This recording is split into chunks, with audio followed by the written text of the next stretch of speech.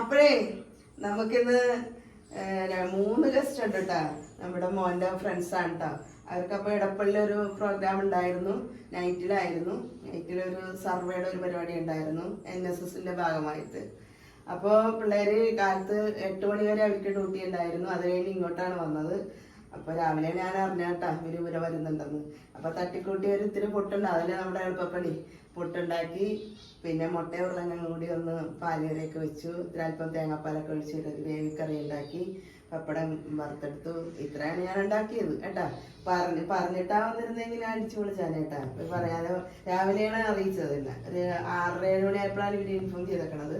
അപ്പോൾ ഉണ്ടാക്കിയതാണ്. അപ്പോൾ എടുക്കുമോനെ പൊട്ടെടുക്ക് റിസ്വാൻ. ഇത് നമ്മുടെ പിയൂസാണ്. പിയൂസിന്റെ നേരത്തെയൊക്കെ വീഡിയോയിൽ വന്നിട്ടുണ്ട്.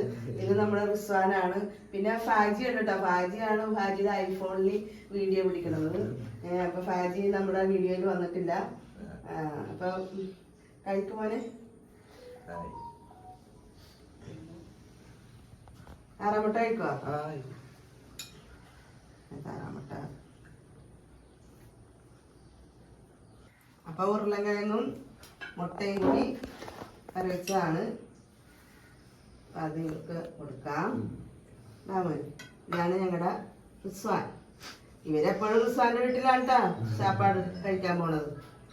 പിന്നെ റിസ്വാന്റെ വീട് കോളേജിന്റെ അടുത്ത് തന്നെയാണ്, കളമശ്ശേരി. അപ്പോൾ റിസ്വാന്റെ വീട്ടിൽ ഇവരെപ്പോഴും പോകാറുണ്ട് ഭക്ഷണം കഴിക്കാനൊക്കെ. പിന്നെ പപ്പടം കൊടുത്തിട്ടോട്ടെ.